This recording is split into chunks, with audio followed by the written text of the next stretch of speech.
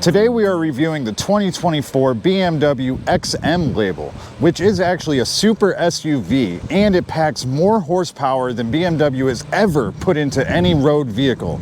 Is this truly luxurious enough to be run with the best? Is it actually a competitor to the Lamborghini Urus or the Porsche Cayenne? Let's find out. All right, now I'm behind the wheel of this brand new 2024 super SUV, which is the BMW XM label. Now, this is a gorgeous SUV inside and out, if I may say so myself.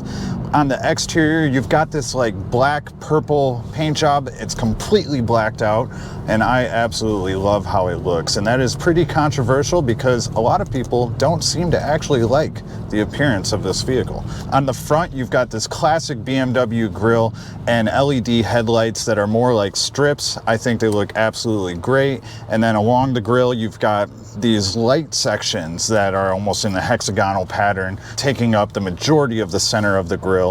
I do like it personally, but I know, for example, George does not. So everybody will have their own opinion. Let me know what you think of this in the comments. Moving along to the side, you do have massive 23-inch wheels straight from the factory. Now, this is currently equipped with sport summer tires, so you're not going to be taking this off-roading, you're not going to be driving it in the snow. It's not quite ready for that. However, here in July, it's plenty good. You got some nice sport tires on there. Moving along to the rear, you do have a BMW logo in the upper left-hand corner of the window pane. It is like sort of etched glass. I kind of like it. It looks good. You got the tinted windows. You have the blacked out tail lights, and with the XM label badging there. And I think that the XM label badge looks absolutely awesome. Also along the sides, you do have two side view mirrors. Of course, they are painted, so they're not just plastic crap, but that's kind of what you expect when you're paying north of $190,000 for a vehicle. I am kind of surprised at the size of the side view mirrors for an SUV. They are quite small, so if you're towing something, you might be getting one of those extenders or something like that so you can have a little bit better visibility. But the side view mirrors are also heated, and they do have your driver assistance warning light on them, so you know that's always handy. I personally like when they're there and not located interior somewhere because it's just a lot easier to see them. You're looking at the mirror, there's the light. Below that, towards the lower end of the back end, you do have 4 exhaust tips, and they are all functional. And again, I like their placement, I like the sound, I like how they look. It just adds a really sporty feeling to this SUV. Now, because this is an M-Series SUV, when you open up the door, everything you see lets you know that this is an M-Series BMW vehicle. You've got the red-blue colorways absolutely everywhere, from the seat to the seat belt to the steering wheel to the dash, and the carbon fiber accents even as well. I'm actually a big fan of it. You know, I used to not be, but I really like how the interior of this looks. It's luxurious, it's sporty, it's comfortable, and you know, it just screams to anybody that gets in it that, hey, this is a luxury SUV, and this is BMW's highest end that it can offer you. On the left-hand door panel, you do have that red stitching that I'm talking about going through the top and the center, as well as some silver accenting, and of course the aluminum grills. It just looks great. So on the top, you do have your unlock and lock button. You've got your 2 memory seat functions, and then you do have a button actually that is for your massage seat. So that's pretty cool. And also that's where you have the button to open up your gas cap. So all very standard, nothing shocking there. Now to the left of the steering wheel, you do have your heads-up display light, your auto headlight control, and an off button. And above those buttons, you do have more M-Series accenting. Your HVAC vents are absolutely gorgeous. I love how they look. I love how you use them. They've got this nice red outlining with the black in the back, and you just kind of control them with this little toggle here. And they're silver. I'm telling you, the contrast on this vehicle is just absolutely amazing. So then above that, you've got kind of like a tweeter grille, and then this carbon fiber accenting that's really in the driver cockpit and the center of the vehicle here. It's not too overboard that it's hideous, but it's subtle enough that it just looks good. Now, getting to the steering wheel, it does have some different features that you won't have on your non-M Series vehicles. You do actually have 2 carbon fiber manual shifting paddles. They feel great. The back of them is textured. And of course, what I love the most is the boost paddle. It's just fun. The boost paddle's always a joy. I love it. And then you've got these 2 thumb paddles as well on the left and right, M1 and M2. Now these are customizable driving functions. You can basically set them to be however you want. Both of them are fully customizable. You can change the suspension, the braking, the steering handling, all sorts of different things that we will show when we go over the gauge cluster. So those are pretty cool. And on the left-hand side, you've got your driver's assistance functions. And then of course you have a volume knob or a selector knob for. And on the right hand side, of course, you've got your multimedia functions, whether it's to go backwards or forwards with a track, to activate the BMW voice assistant, to pick up a phone call, or to scroll the menus that you may be navigating. They also, not only do they control your multimedia side, they actually also control the digital gauge cluster and your heads-up display. And again, the M Series character on the steering wheel really shines through once again because of the red and blue stitching that is cross-stitched throughout the interior of the steering wheel. It just looks great. And it's a pretty sporty steering wheel. I like it a lot. Behind the steering wheel, you do have your typical stalks. However, there are some different things. So on the left stalk, it's your turn signal, it's your automatic lights. However, there is a button that says BC. Now this is essentially your trip monitor, and it'll bring it up on your digital gauge cluster in front of you. It'll look at values such as this drive, since the trip that you set, or even since its creation. So you get information about your mileage or the health of the battery, what kind of range you're getting out of the battery, and things like that. It's a kind of an untypical spot, and that's what it does though. Otherwise, you actually don't see any mileage information until you hit that button. Now the seats are something that really sets this XM label apart. You've got 18-way adjustable seats. Absolutely crazy. I've never seen such an adjustable seat, and they're incredibly comfortable. They look absolutely amazing.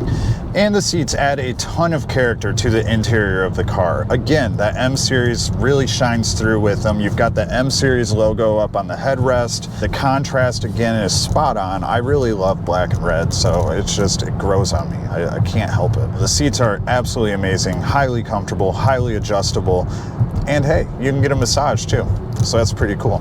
Moving on to the center, you do actually get some physical buttons. This car is you're not forced to use the touchscreen for absolutely everything here. So below your infotainment center, you again have another XM badge there. You've got your 2 HVAC controls to direct airflow. And then you actually have a physical knob for volume if you wish to use it. You can power on or off your audio source, skip the tracks, turn on your hazards, or your front and rear defrost buttons.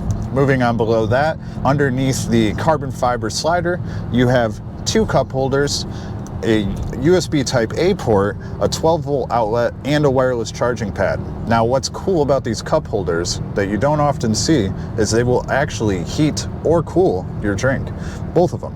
So Uncle Steve and I can both keep our coffee warm or whatever we need cold.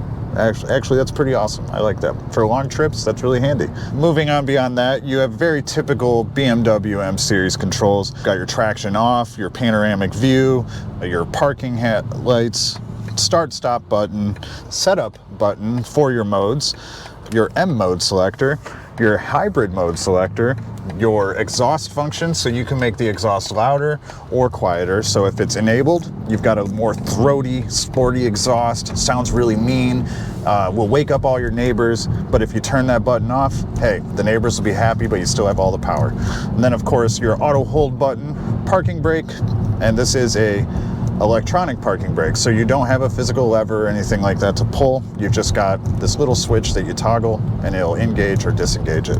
And then your downhill acceleration control. which is pretty handy if you're out in the mountains in your XM label. Now to the right of those, you do have your physical control knob for the infotainment center. So it's a wheel and it's a clicker. It works well enough. And then you can easily access your media functions, home functions, navigation functions, telephone functions, or your option buttons. It's all right there. Now the gear selector itself does have something different on it. So it's a untypical gear selector. How it works is slightly strange at times, but once you get used to it, it's actually pretty straightforward. But on the gear selector itself, you will see there's a park button, so that's how you put it in park. And then there's this button with the up and down arrow and the 3 lines. What that actually does is it's different drive modes. So when you're in drive and you look at your digital gauge cluster, if you have it in drive, you will see these 3 lines that either will illuminate or not be illuminated depending on the setting that you have it on. So your first setting is more of a casual drive. You're not trying to be sporty or go fast or anything like that. Your second one is a little bit more sporty, and the third one is when you're entering full-on sport mode. So that's where you can activate your launch control. That's how you get more of a throaty exhaust, a little bit more acceleration. It'll kick in the hybrid battery to give you a little more power. Not for us currently because we are on 0. Uncle Steve already used up all the battery. Now above all of that, you do have this massive curved digital display, and it's broken up into 2 sections. They don't quite bleed into each other. There's like a 2-inch gap where there's a bezel, but this is 2 12.1-inch displays essentially connected, and it's extremely responsive. It runs on BMW's latest iDrive software, and it's great. It has all the features that you would expect it to have. It works flawlessly.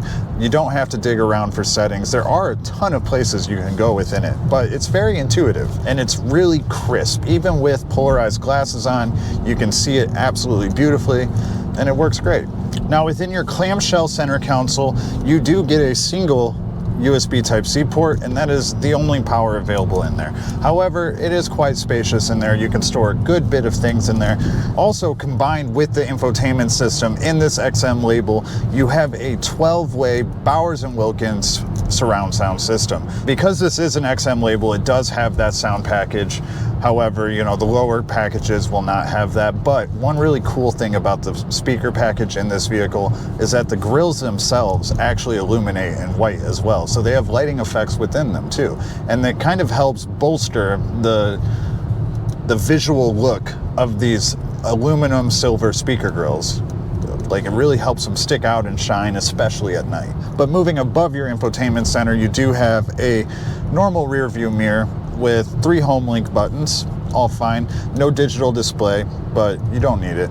And then you've got, of course, your reading lights and an SOS button, all very typical. Now, what you may be surprised about is when you look further up, you've got this giant indented and diamond-shaped like roof panel with the lighting effects around it. Now that is not a panoramic sunroof. It's just indented like that so that they could lay the lights.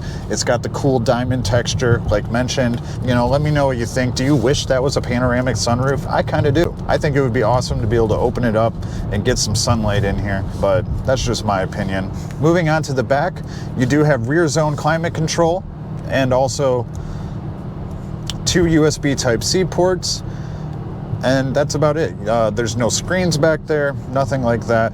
And also, this XM label does come with 2 lumbar pillows. Now, one thing that's kind of disappointing given the price point of this SUV and the fact that it is a subcompact SUV, so there is no 3rd row, but the 2nd row seats are not adjustable whatsoever. They are heated, but you cannot adjust them at all. They don't recline, nothing. That's it. So if you want something like that, I guess you need to look towards, even Nissans have that, but not this vehicle. And then moving along into the rear, of course, you do have a very large cargo space.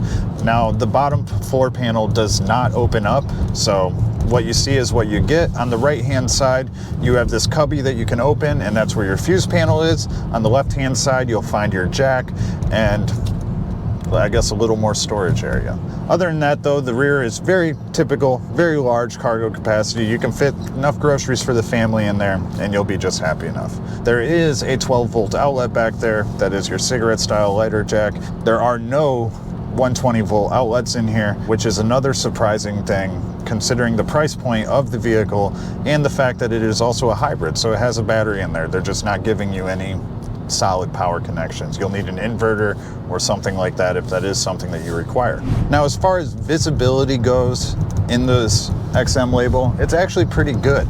Now, when you're trying to look over your right shoulder, it's kind of blocked by the passenger seat because these seats are so large. They've got a lot of different power controls in them, so I imagine that's why they're a good bit thicker, but it doesn't impact too much visibility. You lose out on like the front half of the windshield, of the rear passenger window. The columns themselves are pretty skinny, so they don't really impact visibility too much. And the rear window, you can see out it pretty well. It is a much smaller rear window. It's more of like your coupe style window. It's not very tall, but the visibility is good out of it. What would really concern me is if you do have like a trailer that you're towing or something like that, you're not going to be able to see anything. Now, as far as drive feel goes, this does feel like an M Series BMW. It drives like a BMW. It feels great. The steering is really responsive. The throttle's highly responsive. And you get no road noise. All I hear is exhaust, no wind noise, and yeah, it's a very pleasant to drive SUV. I do not feel like I'm driving an SUV at all. It is a little bit on the smaller size. For example, I drive a GX 470 and it's much smaller than that in comparison. I don't feel like I'm driving an SUV at all when I am in this. It feels much more like a larger sporty car, right? So overall, I like the drive a lot. I'll let Steve talk about that a good bit more. All right, now we're doing 0 to 60 in the 2024 BMW XM label. We've got it in sport mode, and hey, we're gonna use launch control. Let's see how she does.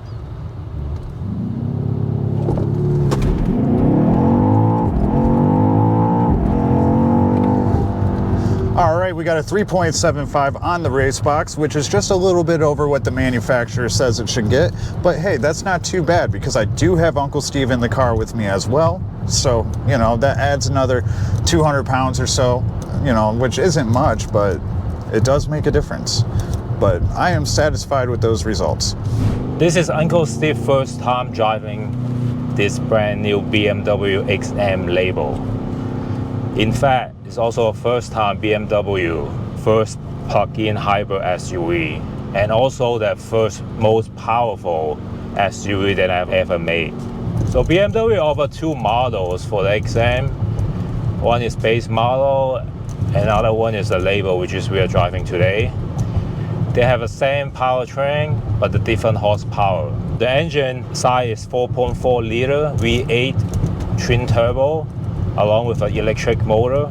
For the base models, it produces 644 horsepower and 590 foot-pound of torque.